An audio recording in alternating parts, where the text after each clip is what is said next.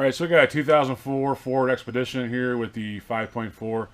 We got a couple things going on with it. We have a P0171, 174, 307, and a P0316. Now, what I'm doing, I don't think the 307, the cylinder 7 misfire, is related to the System 2 lean bank 1 and System 2 lean bank 2. Normally, I've had experience with this particular truck, and we had a lot of kind of rotted and bad vacuum lines. I think I changed to PCV about a year ago, and it had a rotted out line. Had a real bad leak on the back of the manifold, and a bunch of other stuff. So I changed a lot of that, and he said it came back. He said the check engine light came back on. We got the 171 and the 174. Like I said, about a year later, maybe 8 months, I don't know. And cylinder 7 misfire, which I think is unrelated. I took it for a little drive. I should have looked at the fuel trims. I didn't.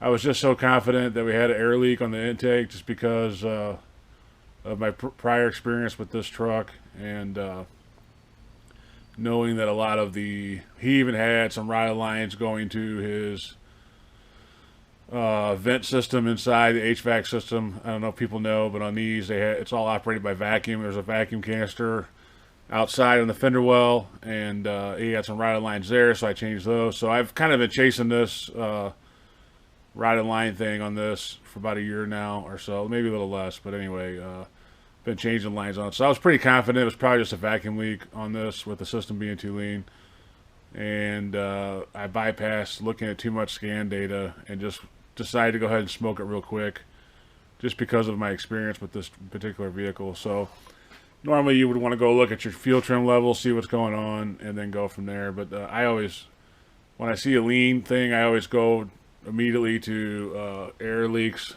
either intake, vacuum line, stuff like that. Usually it's easy to see. A lot of times you can do a visual inspection and find them. So anyway, I think I found it. I just put a smoke machine up to it, and we started getting some smoke after I plugged everything up. Now ideally you'd want to go into your intake there and smoke out everything, because you could have like a rip in your intake boot or something like that, and you might miss it with a smoke machine if you bypass that. The reason why I didn't do that is because my bladder, these things have huge intake openings, and it was really stressing out my bladder to try to seal it. The bladder's almost like a bladder that you pump up with air, and it seals off large holes. Well, this intake being so big, it just was I didn't want to blow my bladder out, basically, so I went ahead and bypassed it. Did a good visual inspection on the intake and all that system there to make sure there was no big air leak there, because your mass airflow is after that. And anyway, I didn't see anything there, so I went ahead and put the bladder directly into the throttle body. So we'll go over and check that out, and then I'm gonna, on the cylinder 7 misfire, all I'm gonna do is just switch 2 coils around. The 7 cylinder on these is the driver's side, second one from the back. So I'll probably just swap 6 and 7 around and see if it moves in number 6, and if it does, then we'll put a coil in. It's pretty common on these coils. This one's got 200,000 on it, so we're gonna start seeing stuff like that pop up on this. So anyway, let's go look and see what the smoke machine found. So we're just using an all-2 smoke detector. It's on. We're gonna turn it on, get some smoke going, and then we'll stick it. Try to get some good smoke. You can see my bladder's in the intake, the throttle body, so I'm just going to stick it in here on this hose, and already you can see a little bit coming out of this. I probably should have plugged this hose off that goes to the valve cover, but we had a pretty good leak there behind the manifold, so I'll get you in there and kind of show you where it's coming from. It looks like it's an easy fix, and then we'll move on to the misfire. I'm going to turn this off real quick and move the camera. Alright, so hopefully you can see what's going on. I'm just going to turn the smoke machine back on. We'll put some smoke in here. And immediately you're seeing right here this boot that goes to the intake. And then it's got a line coming off it. That might be the PCB. I have to look. It's hard to see. There's so much stuff back here. But we got a tear in that boot right there. So we'll go ahead and get it off and see what's going on. This is You know, a lot of times people think, oh, you got a lean code, might be an O2 sensor, or you got intake gases leaking, which is pretty common, stuff like that. But like I said, just from the experience with this truck I've had in the past, I kind of figured it was going to be something like this, so I didn't go too crazy looking for a whole bunch of different stuff or go on a wild goose chase to start out. I know a lot of people don't have a smoke machine at home, but even if you would go to the shop and pay someone to smoke it out and you know, pay a diagnostic fee, it'd be cheaper than just dropping it off, say, at the dealer and having them fix it. Something like this probably wouldn't cost that much regardless. Now there is cheaper alternatives to smoke machines on eBay. They're kind of homemade, almost out of coffee cans or whatever. I actually, when I first started out using a smoke machine several years ago, I actually got one of those, and it lasted a long time. So those actually do work pretty well for like a do-it-yourself person or whatever. I had one at home and used it quite a bit. And anyway, so this system here, the reason why I got this all-tool smoke machine is because it has a compressor. You don't have to have air going to it. It has a compressor built in, and it's pretty reasonable. So it's good for mobile calls. Take it with you, and you don't need to hook air up to it or anything. Most of the cheap ones you get on eBay, like the homemade ones, they're going to have, you got the hook air to it. It's going to have a regulator on to bring the pressure way down, and then use baby oil or something to create the smoke. Kind of getting off the subject. Anyway, we're going to pull this off, take a look at it, and then we're going to swap those coils around and see if that misfire moves. And then once we get this fixed over here, we'll look at the fuel trims and see, make sure that we don't have anything else going on. All right, so I went ahead and pulled that off, and you can see we got a big rip right here. And this really, I don't know, this doesn't really look that old, but it does have a big rip right here. So we're going to have to replace this. Maybe, I don't think anyone's going to have this in stock. I'll probably just put a regular piece of hose over this and just get rid of this altogether. So yeah, that's, we'll go ahead and fix this. I'll go ahead and fix this, and then we'll hook it back up, and then hook the smoke machine back up, and then see what happens, and then we'll look at the trims. I'm actually going to pull that coil out before I start it back up and swap those around, but anyway, we'll see what we're going on with this. But this is what the issue is, I think, with the 171 and the 174. And you can see it's a pretty big rip, but it's not, you know, it doesn't take a whole lot to set those codes off for that. It just starts to suck a little air and come lean. So it's not always a huge, you know, job like an intake manifold or something like that. It could be something simple. And if you have an older vehicle like this, especially it seems like with these expeditions and stuff, well, any car really, but this particular car, it's an 04 with 190,000 on it, so it's getting a lot of hose issues with it, which is, you know, it's common. But if you have an older car, and the other thing you could do possibly too, if you have an air compressor at home, is put a little air in there and look for a air leak, or listen for an air leak if you don't have a smoke machine. So there are ways around the smoke machine. Smoke machine just makes it so much easier to find it. But anyway, I'm going to fix this hose. I'm going to put a new hose on this, and then we'll turn the machine back on and see if there's anything else, and then we'll maybe clear the codes or look at the fuel trim to see if it corrects itself, and then go from there. Alright, so I didn't even bother to look, but you're going to have a hard time finding something like this at the auto parts store. It may be dealer, but I doubt they would even have it with something this old.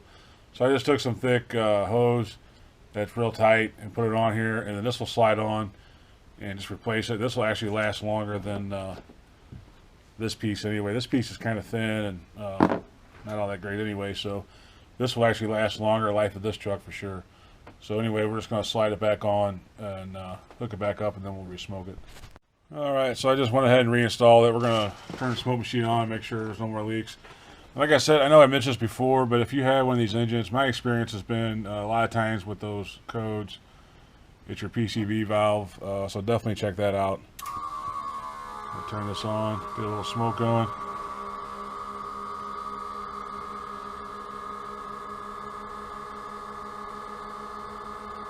Yep.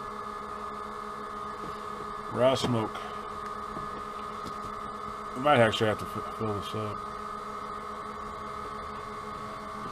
Oh, hold on a second. We got the hose pinched. Well, we don't. I do. Isn't that weird? You say we. I'm the only one in here. There we go.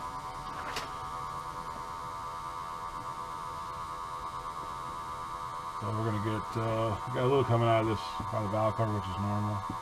I should have plugged that off. So we're just gonna kind of look, or I'm just gonna kind of look and see. A tiny bit coming out of his throttle body gasket possibly, or the blade itself.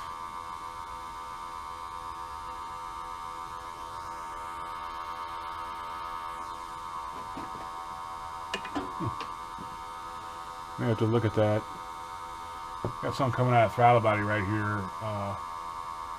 I don't know if we can replace. Sometimes there's a bushing in there where that throttle goes back and forth. But that's definitely leaking a little bit. Now that we got the big leak gone, now we're starting to see this leak. Alright, so let's, I don't see any leaks anywhere. We do have a little bit coming out of the throttle body here.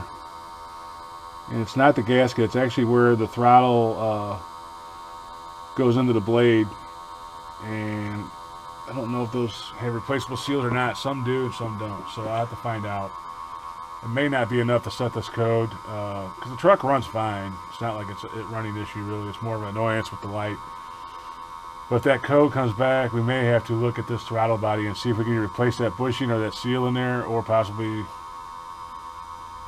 if it comes back, we may have to replace the throttle body. I'm not sure if that's replaceable or not, to look it up. But that's actually a common thing too, is on the throttle body, the bar that goes across, that hooks to your cable here, and the actual blade on the throttle body, the bushing will wear out, or the seal, and over time you get a little leak there, a little vacuum leak. So we'll have to look into it and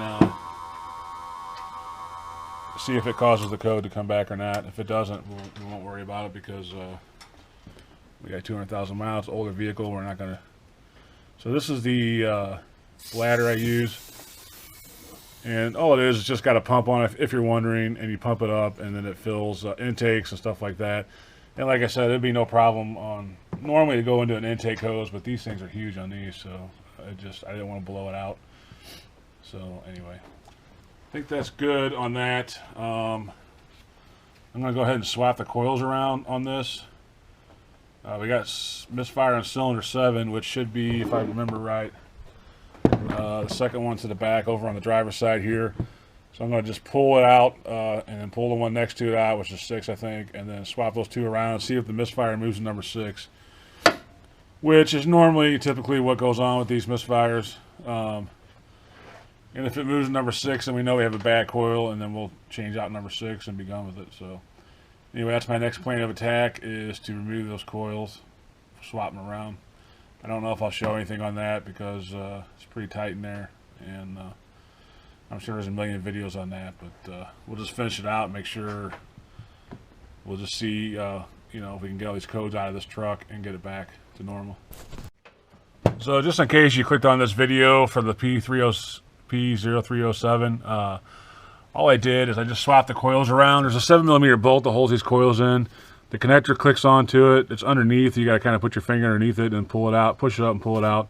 And these coils will come out of the hole without removing the fuel rail. If you've never done these, it looks like they won't, but they will. You just pull them up a little bit, and then the boot is flexible enough to just pull out. And then on the number 7, if you had to have number 7 issue, the fuel pressure regulator's there, and that kind of gets in the way of a straight shot down, because you can use a long extension with a 7mm and it goes straight shot down. On that one, you won't be able to do that with the fuel pressure regulator there. So all I did was just hook up a wobble on my ratchet, and I put a little tape around it. That way I don't lose the socket if I pull it up, because there's a lot of stuff that gets caught on it. So anyway, that's all I'm doing there. So now what I'm going to do is just put this air intake back on, fire the truck up. I'm going to look at misfire data, see if it moved to the other cylinder, and I'm going to look at fuel trim data and see if it starts correcting itself with the lean condition, which I should have looked at that before I took it apart. I just forgot to. I was so confident it was the another vacuum hose that I didn't even think about it. But normally that's what I would do, is kind of look and see what it's doing there in the fuel trims. But anyway, I'm going to go ahead and put this air intake back on real quick, and then we'll fire it up and look at the scan data. All right, so I'm just looking at fuel trim data here. We're not very far off. They're not too bad at all. I think the long term started around 6. It's down to 4.6 now, and short term is kind of bouncing around a little bit. But it looks like these will correct themselves. They're almost, yeah, they're very close. So I don't think we're going to worry about that too much. We'll probably clear those codes out, and then we're going to look at misfire data and see if we can figure out if that misfire moved to a different cylinder. But these, I'll check these again after I drive it a little bit. But these look pretty close. I think they'll be fine. I think it'll, yeah, they're almost balanced out right now. So I think we'll be fine on those.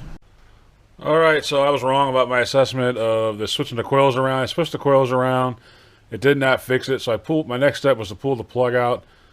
And you can see there, the gas is supposed to be about 54 to 56 thousandths. And we're at like, I got this out almost 70,000. So this spark plug is really worn out. So it needs new spark plugs. I went ahead and just changed one of them today. I don't have time to change all of them today, so I have to bring it back and put the other 7 in. But that was the issue with the misfire. It was not the coil or anything like that. I did drive it around a little bit, and the fuel trims all look good. So I think we're good on that as far as the lean codes. So that's pretty much it on this 04 Expedition. Like I said, we'll bring it back. I don't like just putting one plug in, but I just don't have the time today to put the other 7 in. So we'll bring it back maybe next week or something and put those in. So anyway, as always, thanks for watching, and God bless.